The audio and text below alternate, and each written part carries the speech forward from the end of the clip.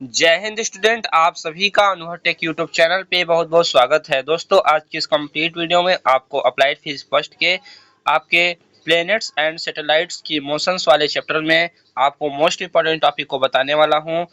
आपका जो capital G होता है गुरुत्वीय नियतांक और जो आपका स्मॉल जी होता है गुरुत्वीय त्वरण, उसमें रिलेशंस क्या होता है, उन सभी चीज़ों को डिस्कशन करने वाला हूँ। ये सब क्वेश्चंस आपके 5 नंबर में हर साल पूछे ही पूछे जाते हैं, तो इस वीडियो को देखकर आप लोग अपना 5 मार्क्स फिक्स कर पाएंगे।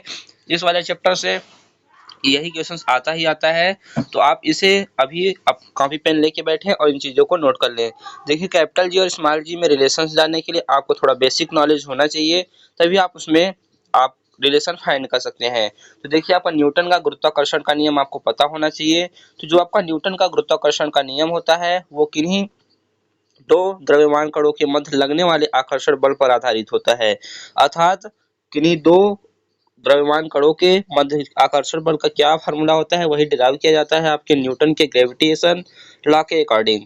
तो जो इसका स्टेटमेंट होता है, इसी प्रकार से आपको पेपर में लिख के आना है। क्या लिखना है?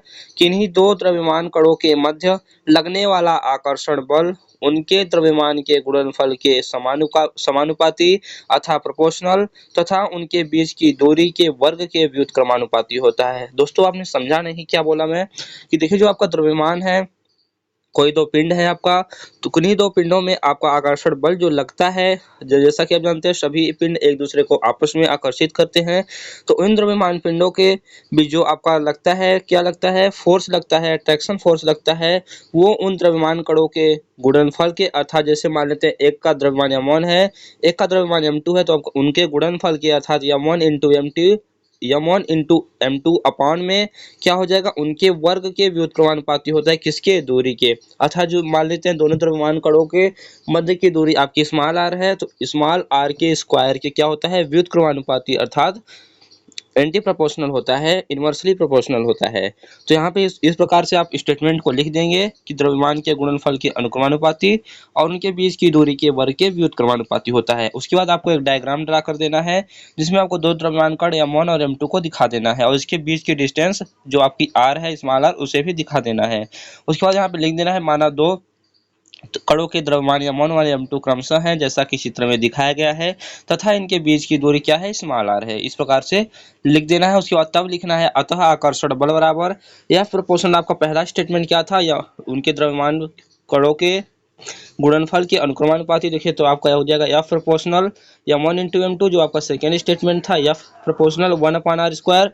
इन दोनों समीकरण को जब आप कंबाइन करेंगे तो आपका जो आएगा, इन दोनों इक्वेशंस को कंबाइन करने पे तो आएगा या प्रोपोर्शनल m1 इंटू m2/r²।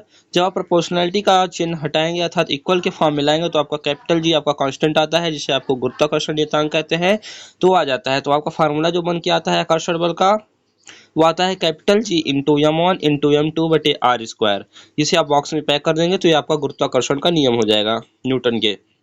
जो कैपिटल जी की वैल्यू होती है वो आपकी होती है 6.67 into 10⁻11 newton into metre square per KG का स्क्वायर। उसके बाद हम बात कर लेते हैं गुरुत्वीय त्वरण क्या होता है। तो पृथ्वी द्वारा किसी एकांक द्रव्यमान की वस्तु पर आरोपित बल को गुरुत्वीय त्वरण कहते हैं। इसका मात्रक मीटर पर सेकेंड स्क्वायर होता है, या फिर न्यूटन पर केजी होता है, किग्रा होता है। तो गुरुत्वीय त्वरण आपको पता चल गया होगा। और अब यहाँ पे रिलेशन फाइंड करना है, तो यहाँ पे आप हेडिंग बना लेंगे, गुरुत्वीय त्वरण जी और गुरुत्वीय नियतांक कैपिटल जी में संबंध। तो यहाँ पे देखिए दिखा देंगे, सेंटर है यमी क्या है? पृथ्वी का मास है। आरी क्या है? रेडियस ऑफ अर्थ है। स्मॉल जी क्या है? आपका ग्रेविटेशनल एक्सीलरेशन है। यम आपका क्या है? किसी जो दूसरा पिंड है उसका क्या है? मास है, द्रव्यमान है। तो यहाँ पे इस प्रकार से आप लिख लेंगे। उसके बाद यहाँ पे लिखना होगा आपको, माना पृथ्वी का द्रव्यमान mi, आपका त्रिज्या आरी है।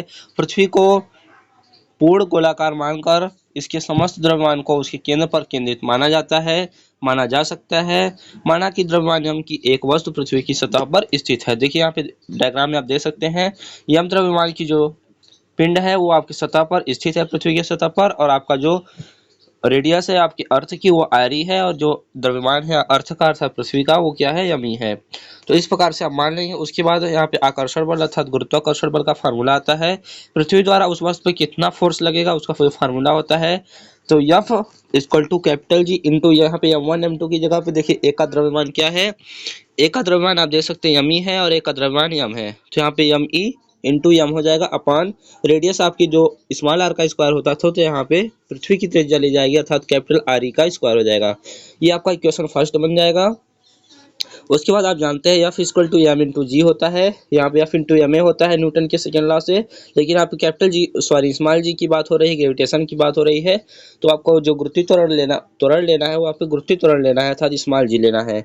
अब दोनों इक्वेशंस को आप देख सकते हैं। अब इक्वेशन 1 में आप एम जी रख देंगे एफ की जगह पे, तो आपका देखिए एम से एम कैंसिल आउट हो जाएगा। यहाँ पे जी की वैल्यू यहाँ पे निकालने के लिए एफ अपान एम रखना है, एफ की वैल्यू यहाँ पे एम जी रख देंगे, तो एम से एम कैंसिल आउट हो जाएगा। देखिए एम से एम कैंसिल हो गया है, तो जो आपका फार्मूला आएगा G equal to G M E बटे आर स्क्वायर, देखिए आप देख सकते हैं जी एम ई बटे आर स्क्वायर आ गया। तो ये तो हो गया कंप्लीट इन्फॉर्मेशन। इस वीडियो में इतना ही, मिलते हैं नेक्स्ट वीडियो में नई जानकारी के साथ, तब तक के लिए जुड़े रहिए। Thanks for watching.